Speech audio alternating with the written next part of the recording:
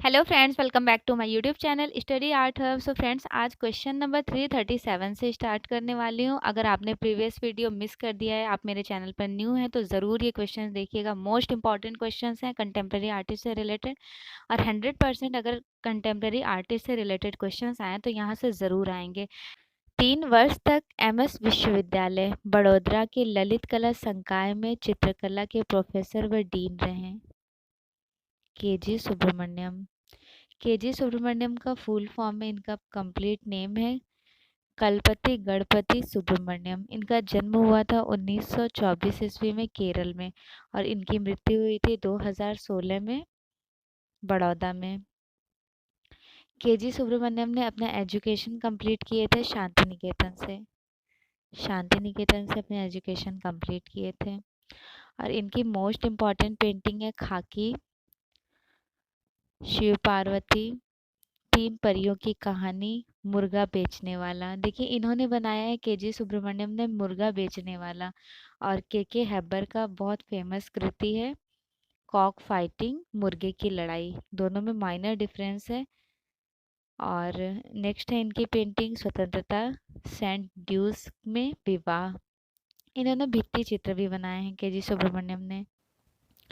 वैसे भित्ति चित्र के लिए बहुत ज़्यादा फेमस रहे हैं। इनकी मोस्ट इम्पॉर्टेंट म्यूरल है भित्ति चित्र the king of dark chamber. The king of dark chamber Ravindralaya Bhavan के बाहर लखनऊ में है।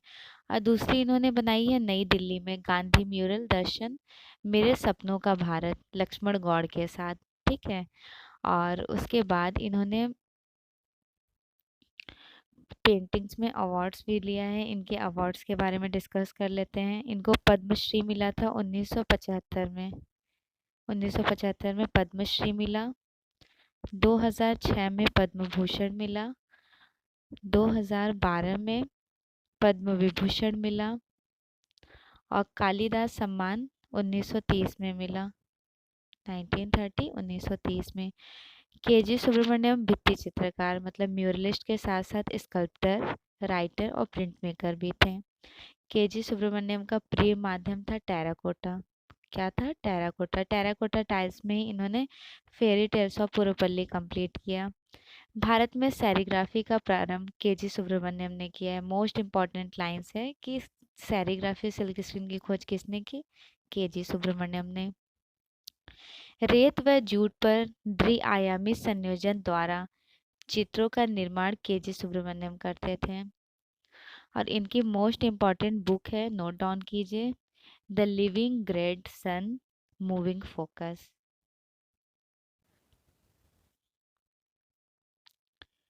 नेक्स्ट क्वेश्चन है आपके स्क्रीन पर। मनीदा। मनीदा उपनाम से विख्यात हैं। मनीदा उपनाम से केजी सुब्रमण्यम विख्यात हैं। केजी सुब्रमण्यम ने किससे प्रभावित होकर घनवादी शैली में कार्य किया? पैब्लो पिकासो से। देखिए, केजी सुब्रमण्यम पैब्लो पिकासो से प्रभावित होकर घनवादी शैली में कार्य किए, लेकिन 1916 1960 में इन्होंने सरलिस्ट को भी कैप्चर किया। सरलिस्ट बेसिकली होता है अति यथार्थवाद। अति यथार्थवाद की तरफ मुड़ गए थे। दैट मीन्स कि इनकी जो पेंटिंग्स थी वो सरलिज्म आर्ट मूवमेंट को कैप्चर किया गया। सरलिस्ट आर्ट मूवमेंट में पेंटिंग इस तरह बनाई जाती है, ड्रीमी लाइफ, फैंटेसी को कैप्चर किया जाता है, जो एक्चुअल लाइफ में नहीं होती है। ठीक है, चलिए नेक्स्ट क्वेश्चन देख लेते हैं। केजी सुब्रमण्यम के बहुरूपी बहुरूपी नामक चित्र किससे प्रभावित है? इनकी बहुरूपी पेंटिंग है अति यथार्थवाद से। अति यथार्थवाद की तरफ कब मुड़े थे? 1960 में, 1960। 1960 में अति यथार्थवाद की तरफ केजी सुब्रमण्यम मुड़ गए थे। वह कौन सा कलाकार है जो भैंसों के कलाकार के संबोधन से प्रसिद्ध है? भैंसों का चितेरा कहा जाता है परमानंद चोयल को। परमानंद चोयल का जन्म हुआ था 1924 में। कहाँ पर हुआ था? तो इनका जन्म हुआ था कोटा राजस्थान में। कोटा राजस्थान में जन्म हुआ। इन्होंने अपनी एजुकेशन कहाँ से कंप्लीट की? इन्होंने अपनी एजुकेशन कंप्लीट की थी जयपुर से। जयपुर से एजुकेशन कंप्लीट किए और इनके टीचर शिक्षक थे मोहन लाल सुखड़िया उदयपुर से। इनकी मोस्ट इम्पॉर्टेंट पेंटिंग है मेरी गली के आसपास, उदयपुर की गली, लंदन में, बरसात, माँ और आग।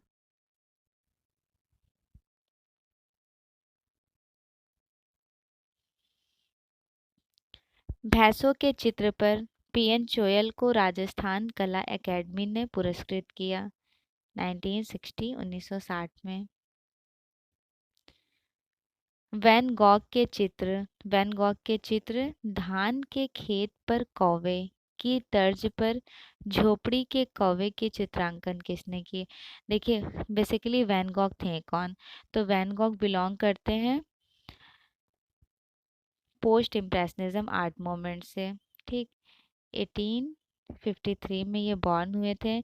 इनकी मोस्ट इम्पॉर्टेंट पेंटिंग रही है the study night in bandage, और लाइक कुछ डिफरेंट पेंटिंग इन्होंने कैप्चर किया, द पोटैटो ईटर्स, इस तरह की पेंटिंग्स। वैन गॉग से इंस्पायर्ड इनकी मोस्ट इम्पॉर्टेंट पेंटिंग है धान के खेत पर कौवे। इससे इन्फ्लुएंस्ड होकर के किस कलाकार ने झोपड़ी के कौवे बनाए थे? आर्टिस्ट रहे हैं पीएन चोयल।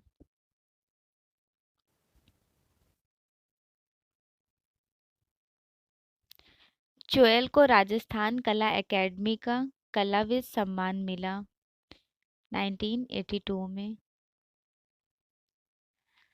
1971 में राम कुमार को भारत सरकार ने किस पुरस्कार से नवाजा? राम कुमार को भारत सरकार ने पद्मश्री से नवाजा। टाइम ड्यूरेशन क्या था? 1971। राम कुमार के वाराणसी के दृश्य चित्रों की श्रृंखला तथा स्केच आधुनिक दृश्य चित्रण की किस शैली के उत्तम उदाहरण हैं? अमूर्त। Ram Kumar basically abstract landscape को कैप्चर करते थे। 1965-67 के मध्य बने स्याही और मोम रंगों के रेखाचित्र बहुविख्यात हुए। ये किस कलाकार की विशेषता रही? आर्टिस्ट राम कुमार की। वासुदेव शांतु गायतोंडे का जन्म 1924 में हुआ था। 1924 में इनका जन्म हुआ था नागपुर में। वासुदेव शांतनु गायतोंडे का जन्म नागपुर महाराष्ट्र में हुआ था और इन्होंने अपनी एजुकेशन कंप्लीट की थी मुंबई से। मुंबई से एजुकेशन लिए, पैक ग्रुप के आर्ट मेंबर रहे हैं, प्रोग्रेसिव आर्टिस्ट ग्रुप चला था मुंबई में, उसके मेंबर थे वासुदेव शांतनु गायतोंडे। और इनकी मृत्यु तो 2001 में हुई। 2000, देखिए 1924 में पैदा हुए, 2001 में इनकी मृत्यु हो गई गायतोंडे की। और इनकी जो कार्यस्थली रही है, ज़्यादा इन्होंने पेंटिंग्स वगैरह की है, कहाँ पर की हैं? वो एक्चुअल स्पेस था दिल्ली, दिल्ली में इन्होंने पेंटिंग्स की। ठीक है, कार्यस्थली दिल्ली था। और गायतोंडे ने आकृति मूलक आरंभ में तथा बाद में अमूर्त चित्रण की ओर मुड़ गए। मतलब इनकी जो शुरू की पेंटिंग्स थी वो कैसी रही हैं? वो फिगरेटिव थी। ठीक, अब बाद में एब्स्ट्रैक्ट के साइड चले गए थे। लाइक हम लोग बीएफए वगैरह में कैसे स्केचिंग्स करते थे, बिल्कुल हाइपर रियलिस्टिक्स वगैरह उस तरह का इन्होंने कैप्चर किया शुरू में, और बाद में ये एब्स्ट्रैक्ट को कैप्चर कर लिए। चलें नेक्स्ट लाइन में, ये इम्पॉर्टेंट टास्क है। इन्होंने सूर्यास्त के दृश्यों का आकर्षक चित्रण किया। लाइक सनसेट होता है उस टाइम का इन्होंने लैंडस्केप कैप्चर किए थे। गायतोंडे अपने चित्रों का शीर्षक न रख कर नंबर देते थे। तो ये मोस्ट इम्पॉर्टेंट लाइंस है कि कौन से ऐसे कलाकार थे जो अपनी पेंटिंग्स को सिग्नेचर वगैरह नहीं करके वो नंबरिंग करते थे, तो वो थे गायतोंडे। ठीक है, जितने भी लाइंस मैं एक्सप्लेन कर रही हूँ प्लीज़ नोट डाउन कीजिएगा, मोस्ट इम्पॉर्टेंट लाइंस है। इससे बाहर एग्जाम्स में आपके कुछ नहीं आएंगे। जो भी हम आर्टिस्ट एक्सप्लेन कर रहे हैं वो सारे पॉइंट बहुत इम्पॉर्टेंट हैं। देखिए नेक्स्ट लाइन ये है कि अमूर्त लैंडस्केप, मतलब इन्होंने एब्स्ट्रैक्ट लैंडस्केप पेंटिंग बनाई। इनकी 3 पेंटिंग भारत की सबसे महंगी पेंटिंग 2014 की थी। 2014, तो ये लाइंस भी ध्यान रखना है कि 2014 में भारत की सबसे महंगी पेंटिंग किसकी थी? वासुदेव शांतु गायतोंडे की। ठीक। विश्व में पॉल गॉगन की 1808 करोड़ की बिकी थी। पॉल गॉगन की पेंटिंग कितने की बिकी थी? 1808 करोड़ की।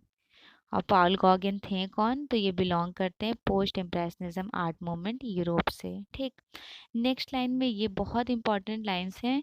वासुदेव शांतनु गायतोंडे चित्रकार के साथ साथ संगीतकार, फिल्मकार, दर्शन शास्त्र में भी रुचि लेते थे। मतलब इन सारी चीज़ों एक्टिविटीज़ में भी इन्हें इंटरेस्ट रहा है। चलिए नेक्स्ट देख लेते हैं। नेक्स्ट लाइन में है, वीएस गायतोंडे को भारत सरकार द्वारा पद्मश्री से विभूषित किया गया। इनको ये अवार्ड कब मिला था? 1971 में। किस कलाकार की कला पिकासो के घनवादी आकारों की रंग योजना? लाइंस को ध्यान दीजिए। पैब्लो पिकासो के जो शेप्स होते हैं क्यूबिज्म के, उसकी रंग योजना हेनरी मैटिस तथा पॉल क्ली की रेखांकन से प्रभावित है। हेनरी मैटिस फेविज्म आर्ट मूवमेंट से बिलोंग करते हैं और पॉल क्ली एक्सप्रेशनिज्म आर्ट मूवमेंट से। ठीक है। इनकी जो स्केचिंग है वो किससे प्रभावित है, किससे इन्फ्लुएंस रही है? वीएस गायतोंडे से।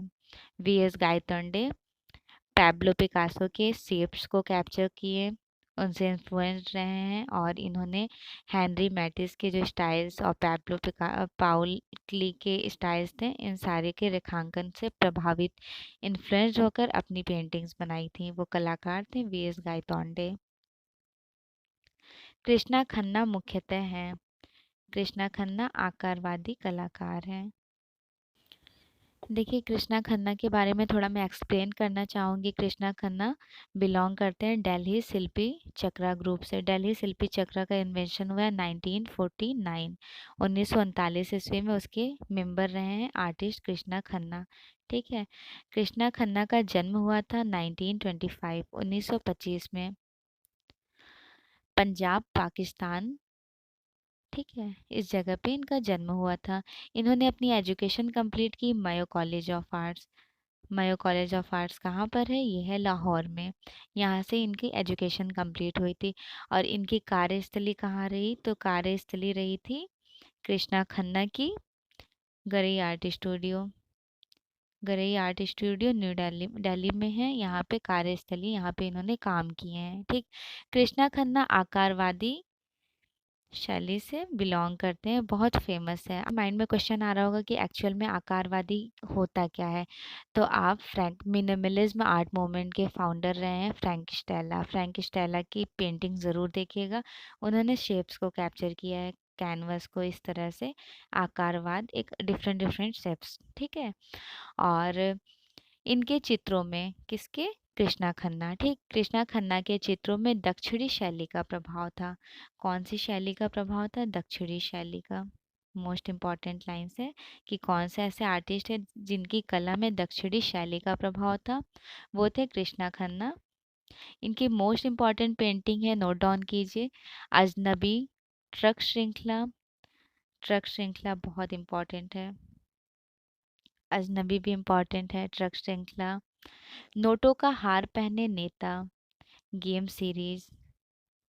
गेम सीरीज इन्होंने game series oil on canvas पर बनाए हैं। और इनके भित्ति चित्र के बारे में डिस्कस करूंगी। मोस्ट इम्पॉर्टेंट लाइंस है भित्ति चित्र लाइक म्यूरल्स। देखिए इनकी म्यूरल्स कहाँ पर बनी है? तो मौर्य होटल। मौर्य होटल कहाँ पर है? मौर्य होटल है दिल्ली में।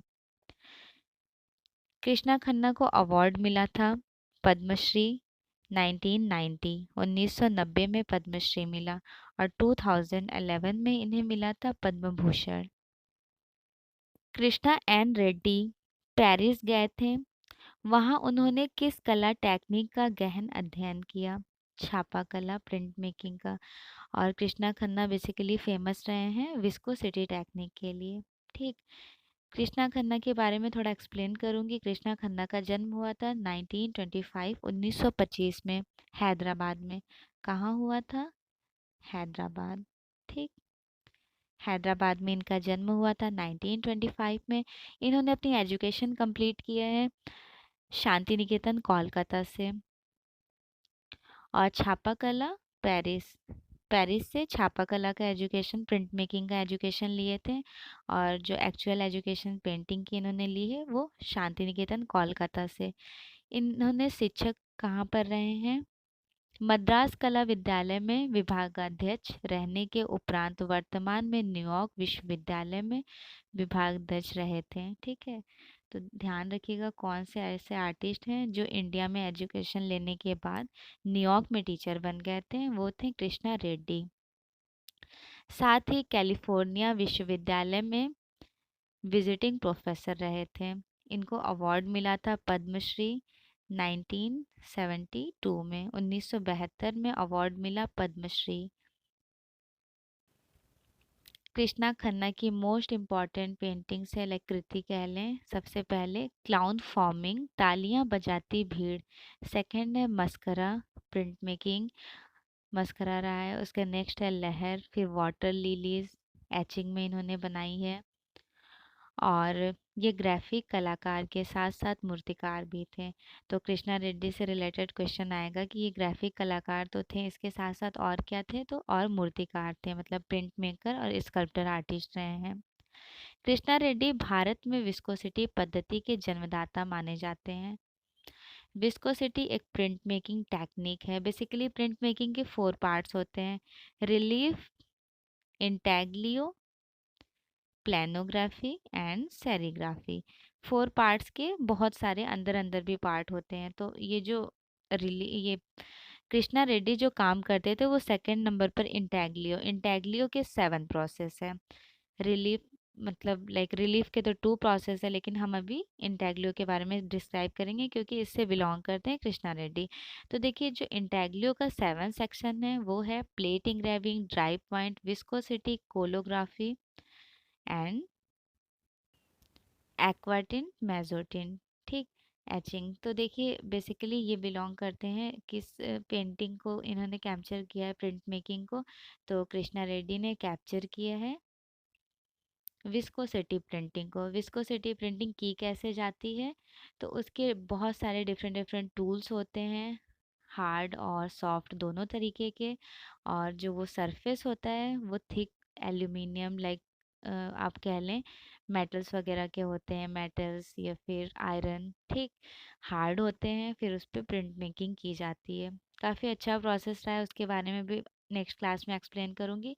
अभी जो क्वेश्चन सॉल्व कर रहे हैं उसके बारे में देख लेते हैं। तो ये छापाकार थे, और छापाकार में किस में काम किया इन्होंने? तो विस्कोसिटी में। वैसे तो एचिंग्स वगैरह में की हैं, लेकिन फेमस रहे विस्कोसिटी के लिए। पेरिस में कृष्णा रेड्डी ने छापा कला की किस विधा में निपुणता हासिल की? एचिंग, अम्लांकन में। विश्व के 33 प्रमुख प्रिंट मेकर, 33 प्रमुख प्रिंट मेकर छापा चित्रकारों में से किसका गणना किया जाता है? आर्टिस्ट कृष्णा रेड्डी का। तो देखिए कृष्णा रेड्डी कितने ग्रेट प्रिंट मेकर रहे हैं, 33 प्रमुख प्रिंट मेकरों में से। क्लाउन फॉर्मिंग नामक छापा चित्र किसने बनाया? तो ये बेसिकली प्रिंट मेकिंग के लिए फेमस रहे हैं कृष्णा रेड्डी।